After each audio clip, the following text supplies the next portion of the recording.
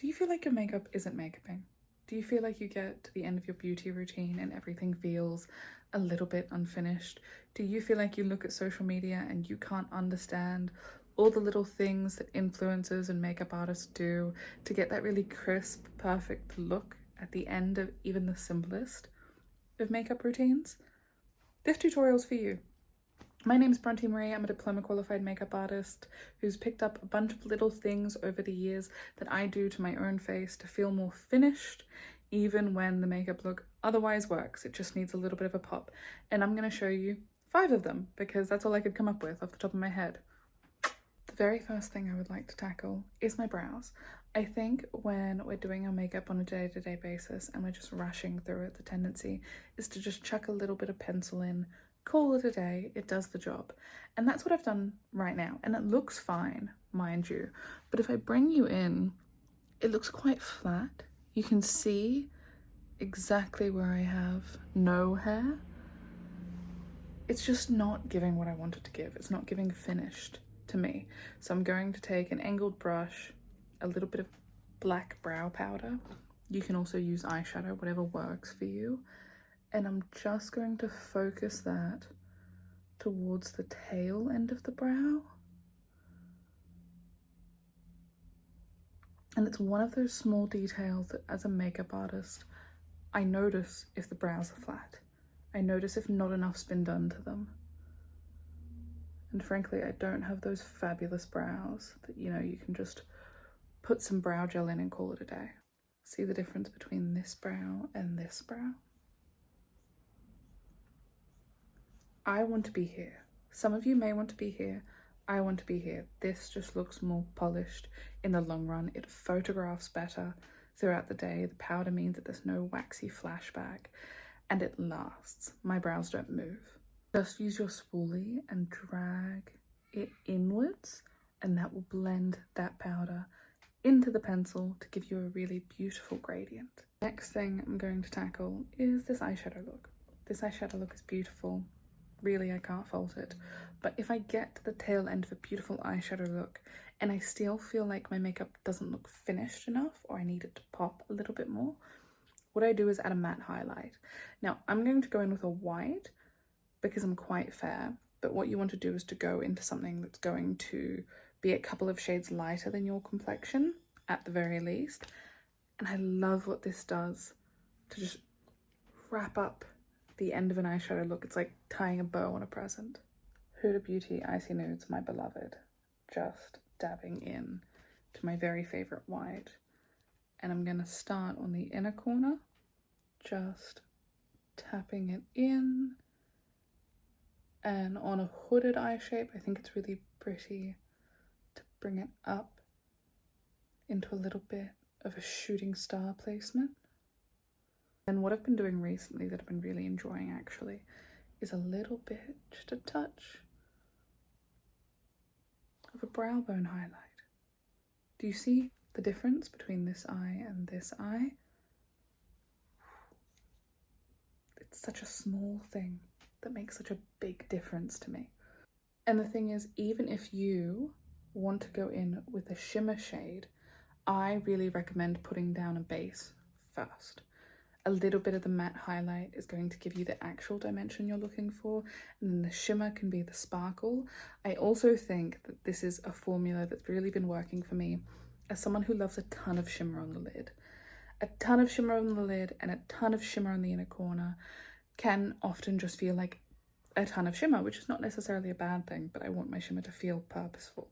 So contrasting it with a matte base here, even if I pop a shimmer over the top, leaves me with that aspect of contrast that makes me look like I've thought way more about how I've composed the eyeshadow look than maybe I actually have.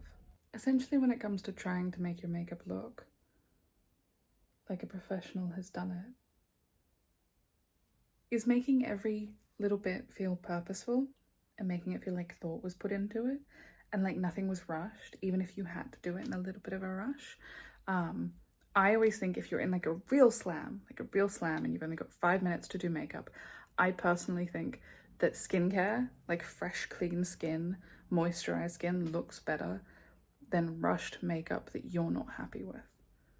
I will always pick a really clean, just nothing base, like absolutely nothing on the skin, nothing on the eyes, a clean face over rushing through a full face and being dissatisfied for the rest of the day. But I'm also a perfectionist, so do with that what you will. Working my way down the face, we've done the brows, we've done the eyes, now I'm looking at the complexion. My complexion's pretty good. I do feel like maybe the blush isn't as blended as I would like. And I know a lot of us nowadays like to wear a lot of blush. So a small thing to do to make the complexion look seamless is to take a slightly tinted powder, something around your complexion, something translucent.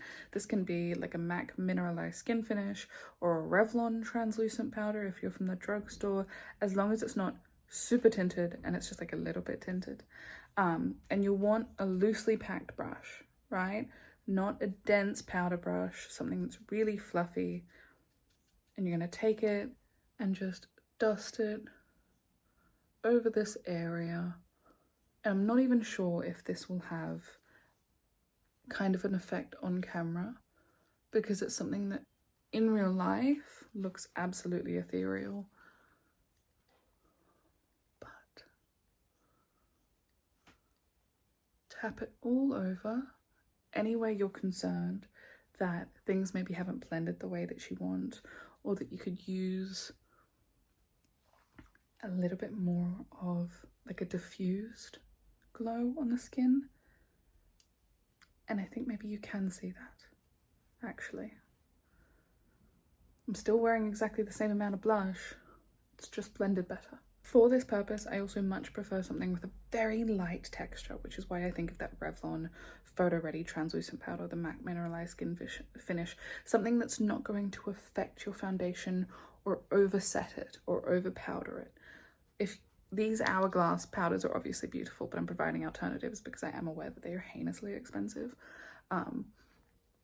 You essentially want something that's just going to give you a wash of color and not overpowder the skin and not affect the texture of everything that's already there. Because if you're pretty satisfied with your makeup, you're probably pretty satisfied with the texture of everything that's going on. So look at that. Isn't that pretty? Another step that I do regularly that I feel like some of you are going to have heart palpitations about, but I think will really benefit you, is cream highlight over the top at the end of the base, not before. I think it's been so ingrained in the beauty psyche of 2025 that you do creams and then powders. Like, the only person who really does it the other way is Patrick Tai. However, I think a cream highlighter is a really beautiful finishing product on the skin. You just have to know what you're picking. You'll have to pick something with a lighter texture. You have to know your foundation well enough to know that it's not going to pick up the base. So I wouldn't recommend doing this over the top of something like Estee Lauder's Double Wear that has really strong film formers and sets down intensely. This can be done though, and as long as you pick the right type of cream highlight, you'll be fine. Just watch what it does for me. House Labs Glassy Opal. I'm going to take it on a finger. Best way to assess how I feel about the texture. Sweep back the hair. Tap, tap, tap, tap, tap, tap, tap over the top of where I placed that highlight. We won't lose the shimmer underneath because this is a translucent product. I have a little bit of a blue shimmer on. This will just add dew and hydration and make us look like, you know, the foundation's been airbrushed on by someone who's been paid a lot of money and not hurriedly tapped on with a Real Technique sponge. No shame, I love those sponges. Like, I have one. I was the person hurriedly tapping it on with the Real Technique sponge. Now we're at the lips. The lips are interesting because I don't have a ton of tips here. But the one big thing that I do that I think makes a world of difference that I've not seen a ton on social media is going back in with my lip line after I've pretty much already perfected the shape of the lip. I've already lined my lips, I've chucked on a dark dramatic liquid lipstick, but in the application, it's just not perfect. It's pretty close to perfect, it's pretty good.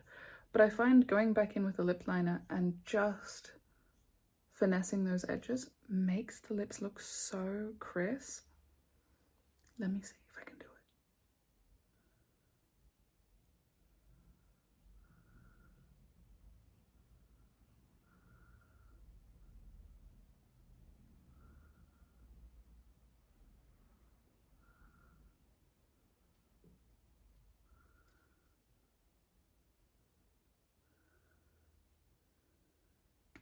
I compare this step to like the lip equivalent of when you take your fingernail and drag out your eyeliner. You're kind of using the lip liner to drag the lipstick into just the right place.